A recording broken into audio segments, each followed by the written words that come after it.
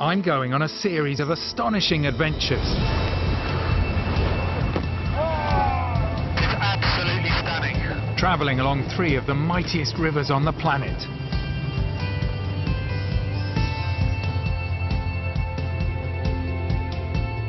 These rivers have given rise to some of the world's greatest civilizations. For centuries, we've worshipped their life-giving waters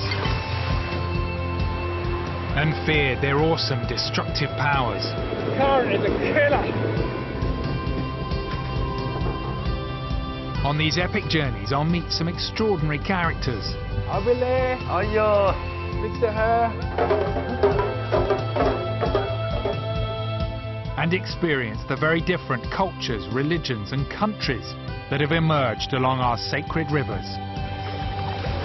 In this episode, I'll be travelling along the world's longest river, the Nile.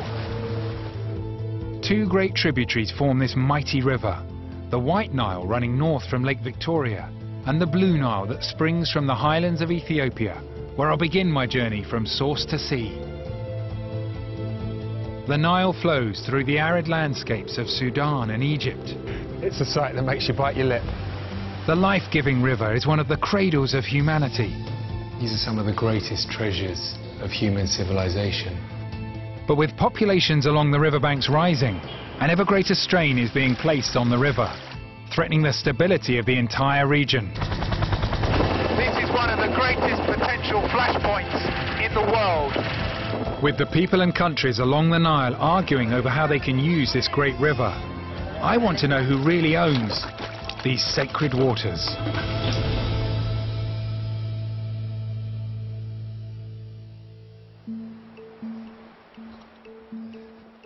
My journey began in the central highlands of Ethiopia. I was heading for what many Ethiopians say is the source of the Blue Nile. Few rivers have captured the imagination quite like the Nile. For thousands of years, the source of the Nile was a secret known only to the people who lived beside it. But explorers sought it out, venturing deep into the heart of Africa. Many of them never returned. Look here, it's just a stream, but eventually the Blue Nile will widen, it will become a river in its own right, it will join up with the White Nile, and together they will form the all-powerful Nile.